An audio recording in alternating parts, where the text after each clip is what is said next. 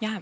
Thanks for having me. So, our initial reaction was that the results just didn't live up to our expectations, specifically on the revenue side. And so we think that this is reflective of an ongoing trend.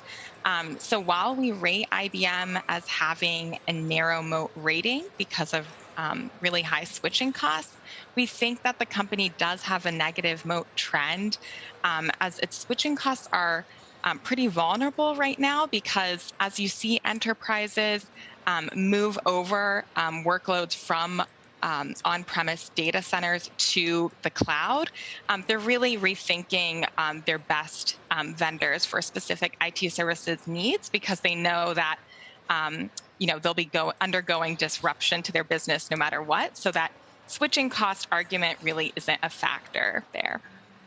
So clearly it's down 5%, Julie, off the back of these numbers of this particular quarter. But once the spin-off is complete and we look forward 12, 24 months, is this going to be an attractive, relatively high growth tech company again or not?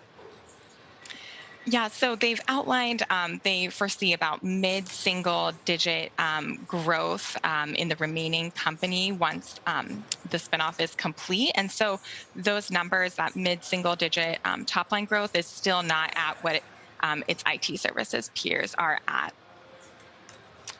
Did you see that Jim Chanos earlier on CNBC on the halftime report said that he's betting against IBM, called it a scam, questioned a lot of their projections internally and externally?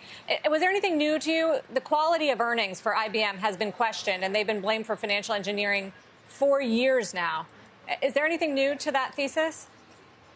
Yeah, so I can't really speak to that, but on the same vein, we, going into the earnings, did have IBM as overvalued, as we think that it's not living up to the innovation it once had, 10, 20 years ago, and that it's really lagged its peers. And so with that mass migration to the cloud, you're seeing companies just start to unravel their IBM ecosystem and just keep the best of breed services there. So, in terms of overvaluation, we did agree there before coming into this quarter's earnings.